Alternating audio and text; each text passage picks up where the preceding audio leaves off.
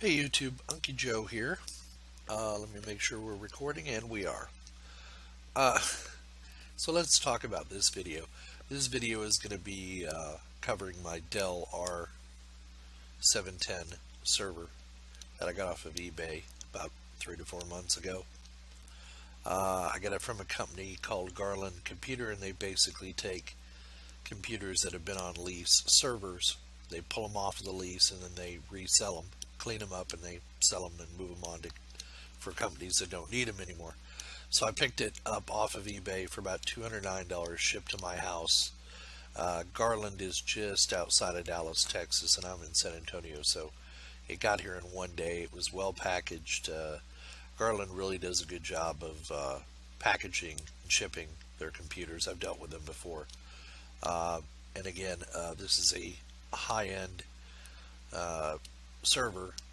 Specifically, the way it's designed is for, I would assume they bought it for the same thing I'm using it for, which is virtualization.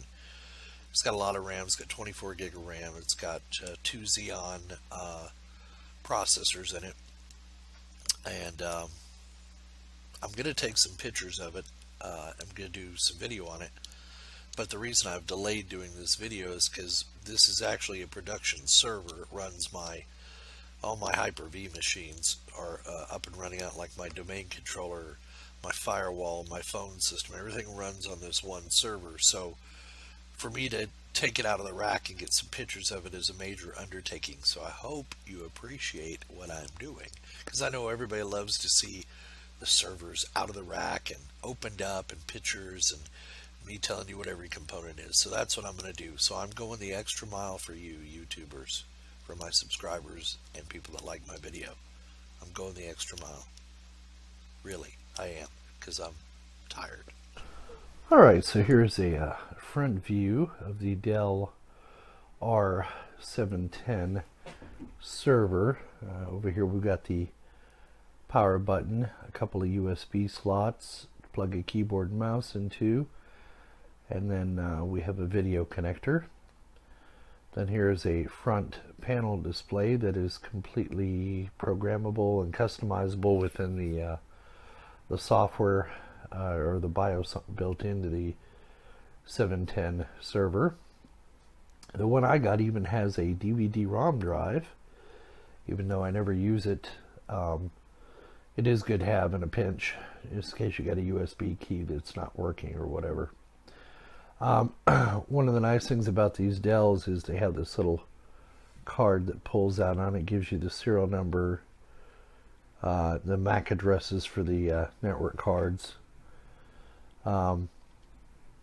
These two drives are both 140 gig serial ATA enterprise drives. Actually, let's just verify that. We'll pull one of those out. These are the boot drives, and I have them set up to mirror. So these are Dell Cheetah drives. Sorry, it's not focusing very well. They are 146 gigabytes. They are SAS drives, serial attached SCSI, not serial ATA. So they're actual, there's a label there, they're actually SAS drives. And they spin at 1500 RPM, so they're quick drives. And there's 2 of these. And I use the Dell integrated Perc controller to set up a mirrored set with these drives. Here's the second one. It's another Cheetah drive, 15K.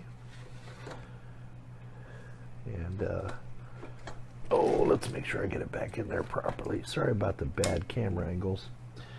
And then these 4, I bought these 4 trays off of eBay. It came with blanks inserted, but I had 4 2 terabyte drives laying around. Man, look at all the dust on them already. So this one is a Hitachi 2 terabyte drive, manufactured in 2010. It's already 6 years old, but they're good drives. They just refuse to die. So I have these drives, 4 of them. Actually, I don't know if they're all Hitachis or a couple of Seagates and a couple of Hitachis. Now there's another Hitachi 2 terabyte drive. Now these drives, I don't use the Perc controller, I just use them as pass-through. Oh, then I got a Western Digital 1 terabyte. Oh, get that back in. So I have two 2 terabytes and two 1 terabyte drives. Or is that a 2 terabyte? No, it's a 1 terabyte. And I know one of those is a Western Digital Green, but I haven't had any trouble with it, so I don't worry about it. So these 4 drives are set up as a Microsoft drive pool. So what I did was I set them up to give me the full capacity, and then I created virtual drives that are actually mirrored. And what I do is these 2 drives are for the boot, and these 4 drives are for storing the VMs and some additional backup storage. Okay, so let's move around to the back. All right, so if we move around now to the back of the server, you see I've got 4 expansion slots. This connector here is for the I call it the ILO interface. It's what HP calls theirs, but it's basically a management board that I purchased off eBay for 20 bucks, and that gives you management capabilities for this server. So you can remote power it on, remote power it off, you can update the BIOS, you can do any number of things. It's got a serial port and a VGA port and a couple of USB 2 ports on the back. And then one of the beautiful things is it's got 4 NIC cards, 4 gigabit NIC cards, 1, 2, 3, and 4. And then it has the little blue information light right here, so you can set that to flash so that you know if the server is in a rack, you can know when you've got what server you've selected by the flashing blue light. And then this unit came with redundant power supplies, and let's pull one of those out. And these are Dell switching power supplies. They're rated at 570 watts. When this thing is running at idle, it pulls, and Dell has a nice little thing where you can actually go see the amount of wattage the thing is pulling while it's running.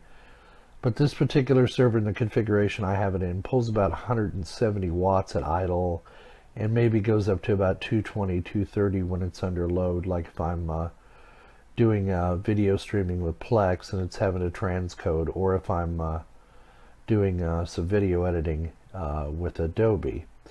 Both of them are 570 watts. I'm not going to bother to pull the other one out. So they do have redundant power on this unit. Go ahead and put that back in. And this is the other thing about a true server. Okay, if I were to try to build this from parts, hell, the Xeon processors would have broken the bank for me.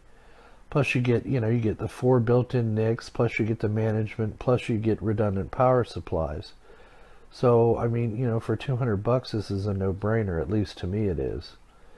All right, well, let's get to the good part now. Let's open this bad boy up and see what's inside. So it's very easy to open this server. You just there's a lever right here. Put your thumb in, push it back, and then the cover slides back. We'll go ahead and take this off and set it to the side here. I even got a little note from the folks that I bought this from. I've never taken this off. Oh, I just ripped it in half. Real good. Nothing like live TV, huh? Okay, and they just basically tell you, hey, if you're not happy, if you have any problems, they give you a number to call, and please, thank us for a wonderful product. All right, so here we go, looking at the top of the server, and let me get a little more light. So there we go. We've got a little bit more light now, and this tells you right here that card that I was telling you about that adds a management port is called the iDRAC Enterprise, and I'll show you that little module that I put in there. Basically, this tells you where your RAID controller is. So if we look back here, there is the iDRAC controller right there, and it just basically snaps into place. In front of that is the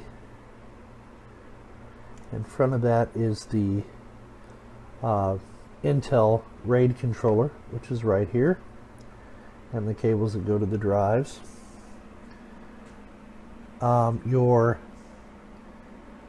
Then your memory configuration and your CPU configuration and layout. This is the battery for the RAID controller, battery backup. And then here are some front panel connectors.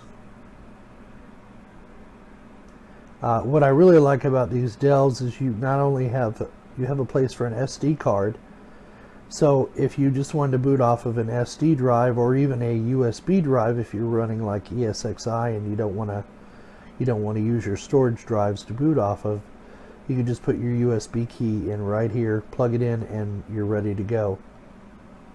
Then back behind that we have our fans. We have 1, 2, 3, 4, 5, and the fans just simply, you grip it with your fingers and lift it straight out, and there are the fans. Okay, now what some people complain about is noise on these servers, but I got the R710 specifically because everybody told me, hey, after this thing boots up, you really can't hear anything of those fans running. And it's true. It's as quiet as my workstation PC. I've never had any trouble with it. If I lift this cover off here, this is an air baffle to both for the CPUs and the memory. And you can see the memory. It's got a 3 by 3 layout here to give me 24 gig of RAM. That's error correcting RAM. And then the two rather large heat sinks for the two Xeon processors. And then back here we have, this is the cage for the power supply modules. And then these risers can come out. There's a blue hook here, and then they pull straight out, and then you can add your various cards to it. Sorry about the shot again. I'm just getting used to this, filming with this camera. And the same way with this riser card over here, you can take it out and or take out the RAID controller card. Okay, and this particular model of Dell, this is a SAS and serial ATA backplane. So not only can you have SAS drives in it, which are quite expensive and I think overpriced for what you get, you can also use serial ATA drives in it at the same time. And this backplane supports that. It's another reason I got the R710, because of the dual support. So there she is, opened up.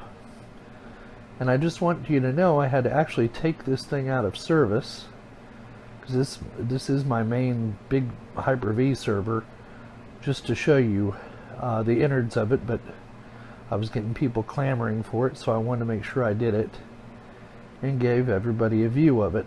Now, typically on these Dells, on the inside panel, if I can get it up here, yeah, here we go, get the camera around. This tells you layout of all the components, what items are hot swappable, what items are where the unit has to be powered off to use them, CPU layout, how to remove fans, how to install processors, all with a pictorial representation.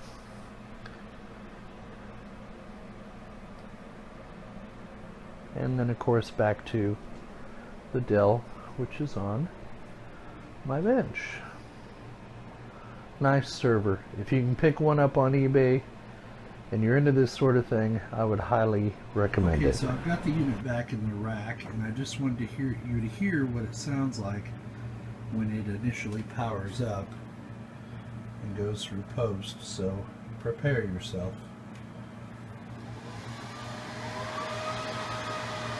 Not too bad, huh?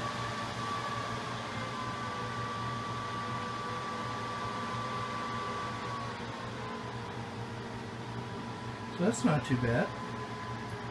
Now it takes this unit about anywhere from 3 to 5 minutes to post, to go through all of its check procedures, etc., before it even starts booting off the hard drives. So I'm going to give it a few minutes, boot it back up, get everything back up and running on my network, and then we'll come back and we'll do a Hyper-V session, a remote desktop session into the unit so you can see how it performs. Now you see it's going through checking the drives.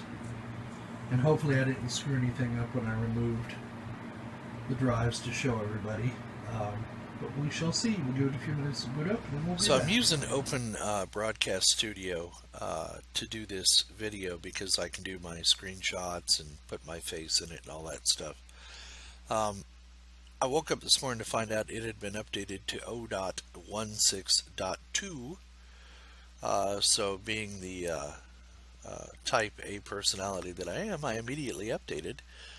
Specifically, this took care of some issues with the Windows 10 anniversary update, and I also noticed yesterday my Windows 10 machine did an update because it rebooted without my knowledge. That's one thing I hate about Windows 10. I can't control the updates. Well, I can, but we'll cover that later. So, but evidently this update to Windows Anniversary Update also fixed my Logitech webcam software because I wasn't able to use any of the Logitech software that came with that webcam. I am now. It's working just fine. And I guess that's why Open Broadcaster Studio went ahead and did their update to fix some of the problems that the Windows 10 Anniversary Update covered. But I'm a little off topic there, but I just wanted to share that with you because I woke up to it this morning and found a new piece of software and update it. So without further ado, let's bring up my my remote desktop session on my Dell R710 server, and I really don't need to be in this shot, so will take me out of it. And I've brought up the task manager on this server just to show you that it has two actual physical CPUs in it with 8 cores each, so a total of 16 logical processors. And you can see my L1, L2, and L3 cache. And right now, even though I've got a bunch of virtual machines running on this thing, it consumes very little CPU resources. It does, however, consume a lot of memory. So the CPU are a dual Intel 5560s at 2.8 gigahertz. And the memory on this machine is 24 gig. And like I said, this is the Dell R710A. The unit also comes with quad NICs, that's 4 network cards. And then after I got the server, I purchased Dell's little add-on card that gives you remote management capabilities, and that comes with its own dedicated Ethernet port as well. I picked that up for 19 bucks off of eBay. And what that allows you to do is remotely, you can turn, as long as you have an internet connection to the server, you can remotely power it on, power it off, do BIOS updates, whatever you need to do.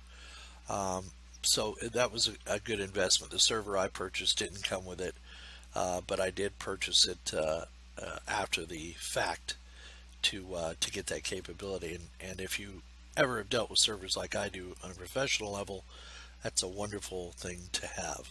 So the main reason I got this server is because I virtualize almost everything I have.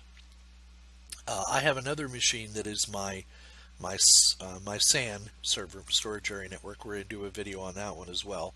That one's only a Core i3 because all it really does is serve out files both to my corporate structure, to my business machines, and then It also holds video and audio that I've ripped for my home theater system, which is basically run off of Roku 3s and Plex. It's pretty much all I use anymore. I also use Xboxes, and I stream to them from Plex and on the internet. Not a big gamer, but I have them anyway because that's what I was initially going to set up my Windows, or my home theater with.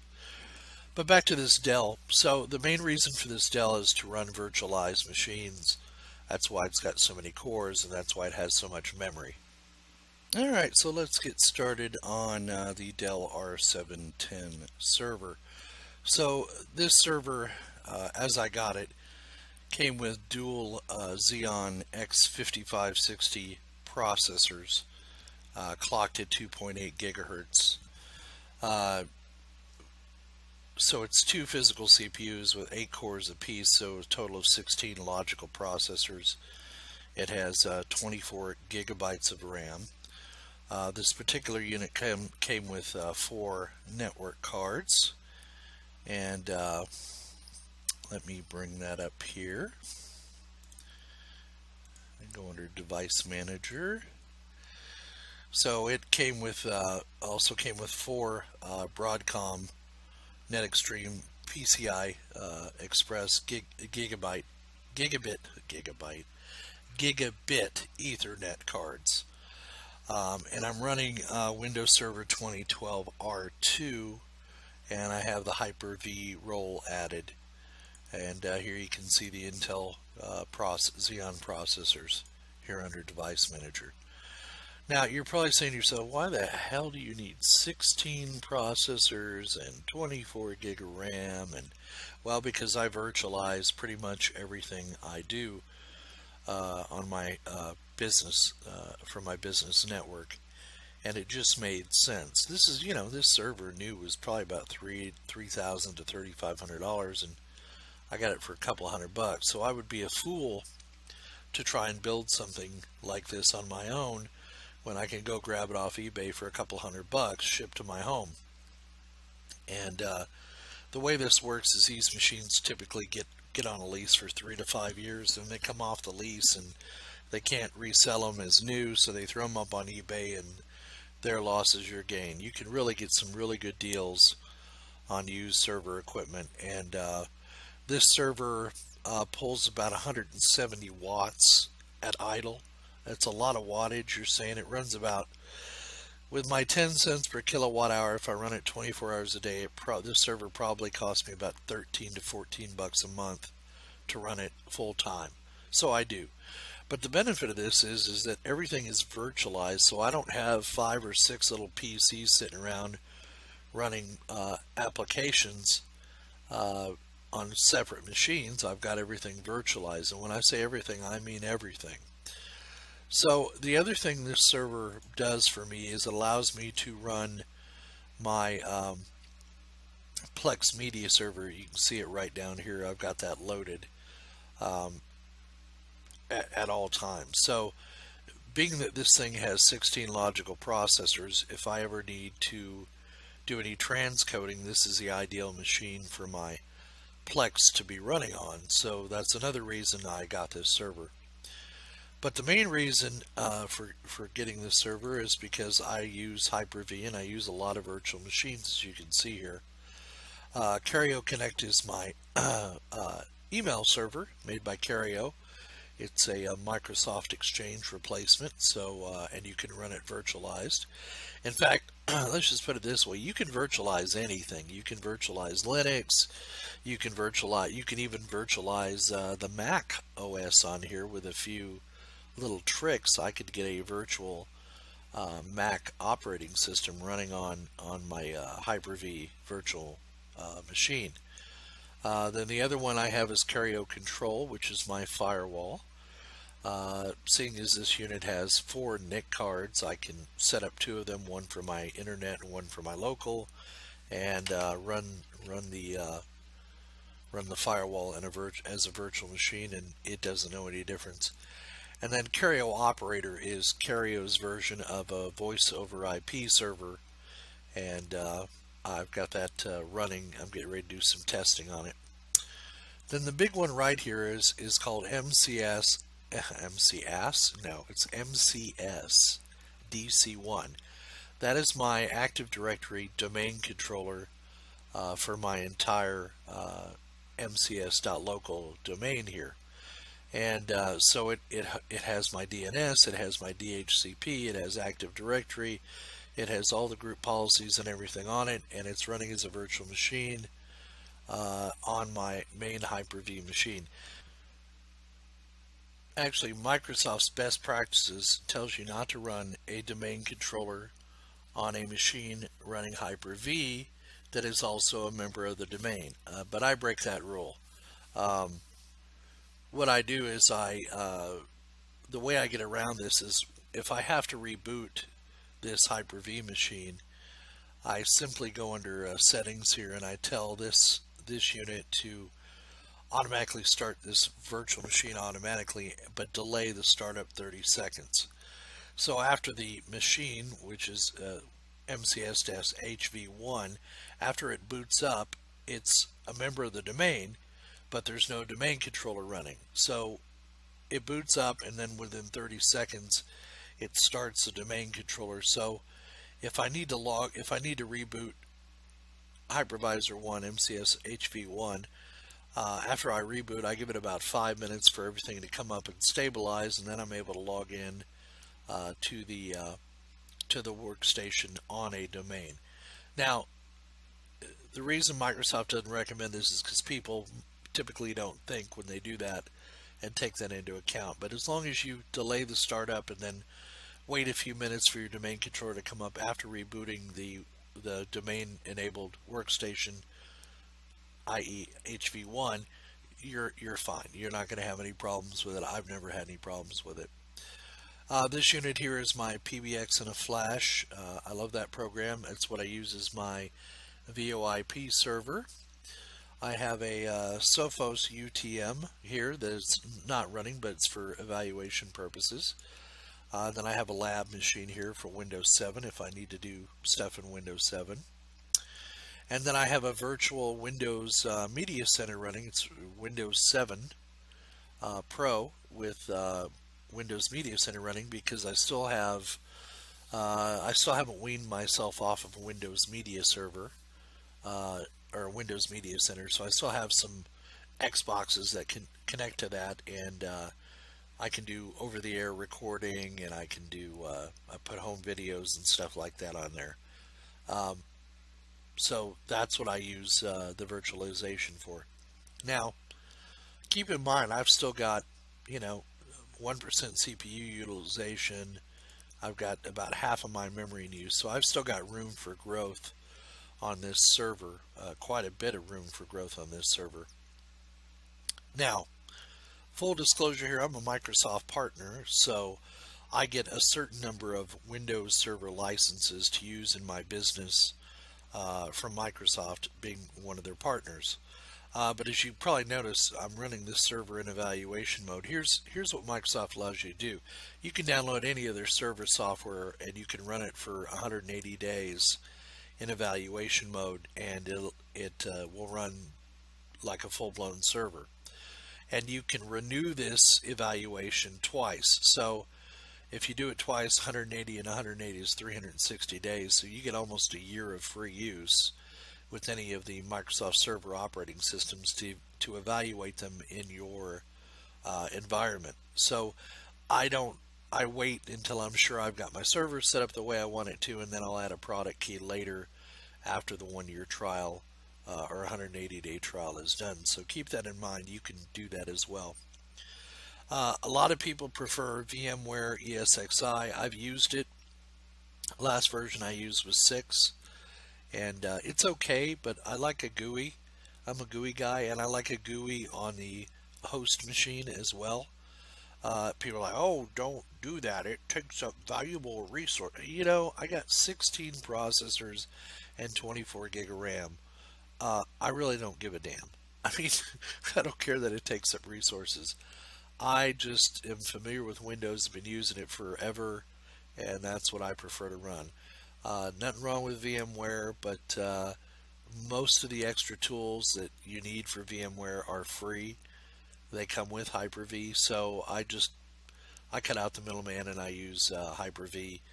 It's stable. This machine's been up 27 days, 15 hours, and 40 minutes. So Windows is very stable, and I'm familiar with it. And so not slamming VMware. It's just I don't have a use for it in my environment. Alright, so in this shot I am currently streaming a high def video, 1080p video, to my PC from Plex, which is running on this server, and you can see my CPU usage is between 1 and 5% at any one time as it streams this video across the network. You can also see my Ethernet activity here, sending data across my network as it streams that video to my PC. So I mainly have the Plex on there for transcoding. Now if I were to go into Plex and tell it to transcode a video or convert it, there would be a little bit more CPU activity. So let's see if I can't do that while we're talking about it. I cannot continue to stream Men in Black because I will get a copyright infringement. So let's stop that. Let's come back here. Let's see if I can find a video here that needs to be transcoded.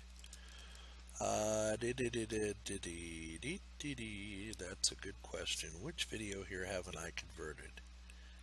How about gravity? Do I have gravity? No, but standard definition. Let's see. I know I've got one. See, some of these I've already done. I suppose I could do it again, but I just don't want to. Let's go see if I have one under animated that needs to be transcoded. Thought I had a Shrek video here that I needed to transcode, or optimize as they call it. So if I were to optimize one for TV, say my Shrek video, I'll just go ahead and click on optimize, and we come over here and we can see that it's transcoding or converting the video. So now if we go back to our Hyper-V server, the Dell R710, and I put that screen up here, you can see my CPU usage has increased quite a bit as it's transcoding that video. Now that's another one of the wonderful things about this server is I have CPU cycles and RAM to spare, and you can see it bumped up my RAM just a small percentage. But the nice thing about this is I could be doing this in the background while this machine is doing other things.